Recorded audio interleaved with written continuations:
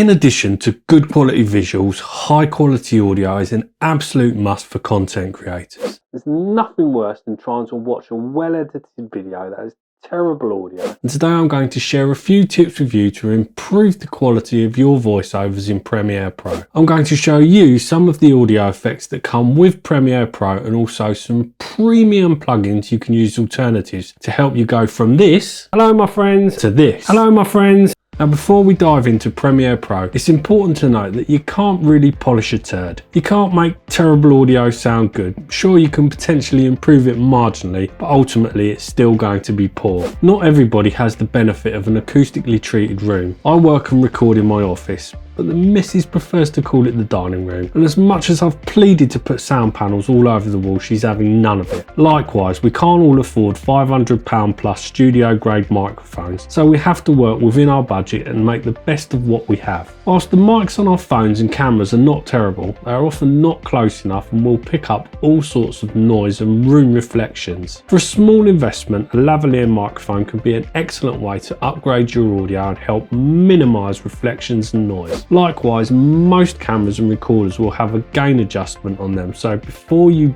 go for it, recording your video, make sure the gain level is set correctly and you aren't clipping the levels. Clipping is when the mic is too loud for the recorder, and this leads to distortion, crackles and pops. There's no recovering from these, so it's worth every minute you spend making sure you're set up properly. Ironically, I've had to record this entire video twice because my usually rock solid audio decided it wanted to hum. With all that said, let's dive into Premiere Pro and get to the good stuff.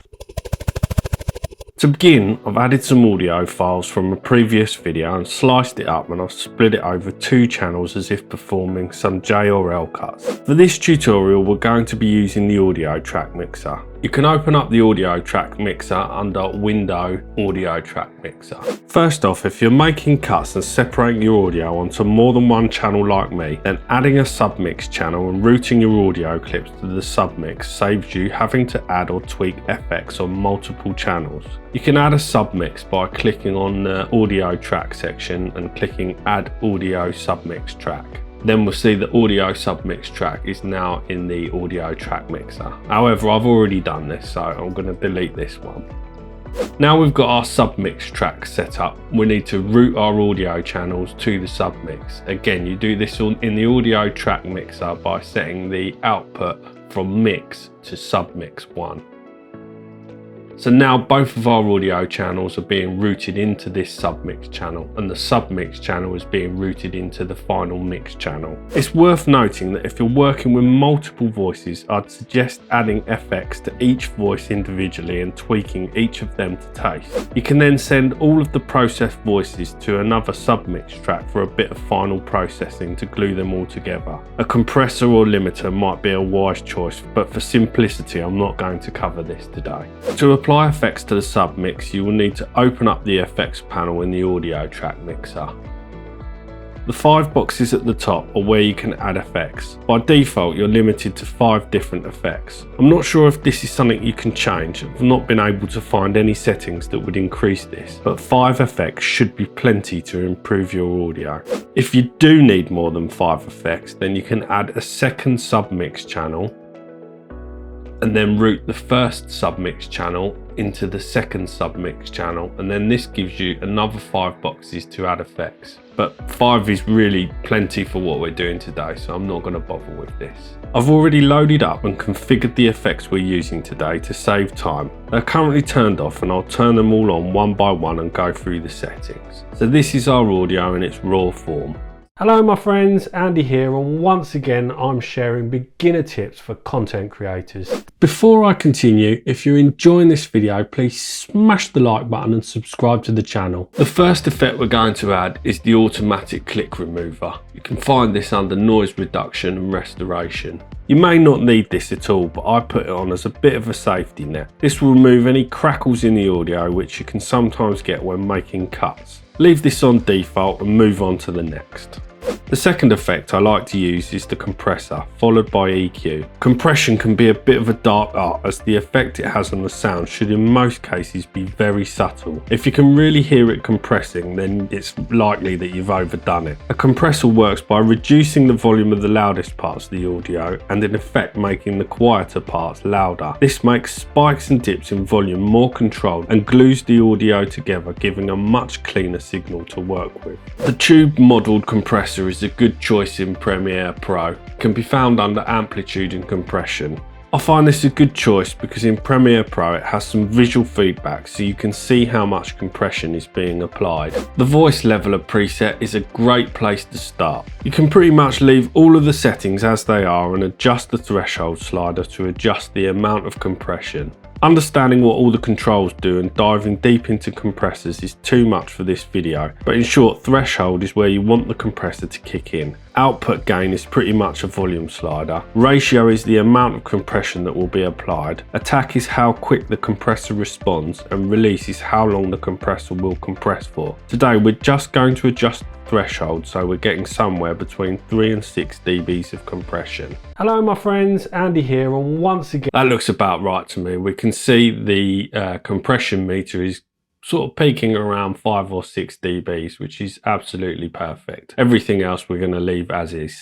For our next effect, we're going to be using the Parametric Equalizer, which can be found under Filter and EQ. The Vocal Enhancer preset is a great place to start, but you're going to want to tweak this to suit your voice and microphone. My microphone gets a bit boomy and resonant in the low frequencies, so I like to cut out a lot of the low end from somewhere between 50 and 100 Hz. You should definitely cut everything out below 50 Hz with the high pass filter. That's the low frequency stuff where bass sits, and in a voice there's nothing there of value. I like to boost my voice somewhere around the 600 Hz mark, and then make a wide cut around the 600 Hz mark to cut out some of the muddiness from my voice. And then with the high band, I raise this up to add clarity and sparkle. EQ is really down to personal taste, so start with the Vocal Enhancer preset and then tweak it to find what you like. So here we are again without the EQ. Hello my friends, Andy here, and once again I'm sharing beginner tips for content creators. And then once again with the EQ. Hello my friends, Andy here, and once again I'm sharing beginner tips for content creators. Today I'm talking about teleprompters and how they can help you level up your content. The effects are quite subtle, but on a decent set of speakers or headphones it's really going to stand out. Our fourth effect is the De-Esser, and this can be found again under amplitude and compression. Again, this is another subtle effect that you can get away without using, but it removes some of the harshness from voice recordings, particularly S's and F's. Pick one of the low or high voice presets. Because my voice is quite low, I'm using the low voice De-Esser. Again, we're going to leave everything as standard and use the threshold to add about 3 dBs of reduction. Hello my friends, Andy here, and once again I'm sharing beginner tips for content creators. Today I'm talking about teleprompters and how they can help you level up your content. You can hear the frequency band the De-Esser works in by clicking the output sibilance only.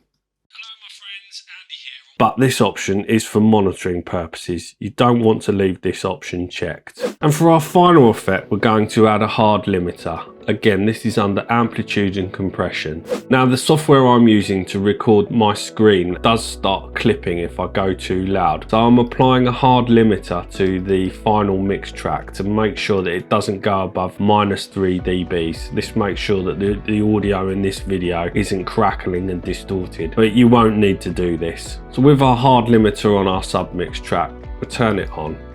And this one you need to do a bit by ear and use the VU meters to make sure that you're not squashing the sound too much. A limiter is a bit like a compressor, except it is much harsher and will absolutely not let the volume get any louder than the maximum amplitude. It does this by clipping the audio peaks, and if overdone is going to make the audio sound very distorted. It also reduces the dynamic range of the audio by squashing everything together, so you want to be careful with with this one. Leave everything at default and just use the input boost to slowly increase the volume. Hello my friends, Andy here, and once again I'm sharing beginner tips for content creators. Today I'm talking about teleprompters and how they can help you level up your content. I like to use the VU meter to keep an eye and make sure that I'm not squashing things too much. You should see plenty of movement. If I raise the gain right up, you should start hearing a bit of distortion and see that my voice has no dynamic range left in it. Hello my friends, Andy here, and once again I'm sharing beginner tips for content creators. Today I'm talking about teleprompters and how they can help you level up your content. So there you have a basic signal chain to enhance your audio. Obviously, the better the quality of your initial recording, the better the result you're going to have. My setup is far from perfect as my microphone is cheap and there is lots of resonance in the room, but you have to make the best of what you have. It's important to note that each of the effects are in a chain. So if you edit any of the effects in the chain, you should then go back and tweak any effects after it because the signal will have changed. It's better to finalise each effect before adding new ones in, and less is always more. The changes you make should be quite subtle. Now to finish off, it's worth stating that I don't use any of the Premiere Pro effects in my own audio. I'm a musician, so I have a lot of audio effects and plugins at my disposal. For voice processing, I have a plugin called Nectar 3 from Isotope. So I'm going to create a second Submix channel and send all of my audio to that instead and load up my Nectar 3 plugin. I've got a preset that I use which sets up pretty much everything exactly as I've done with the Premiere Pro plugins.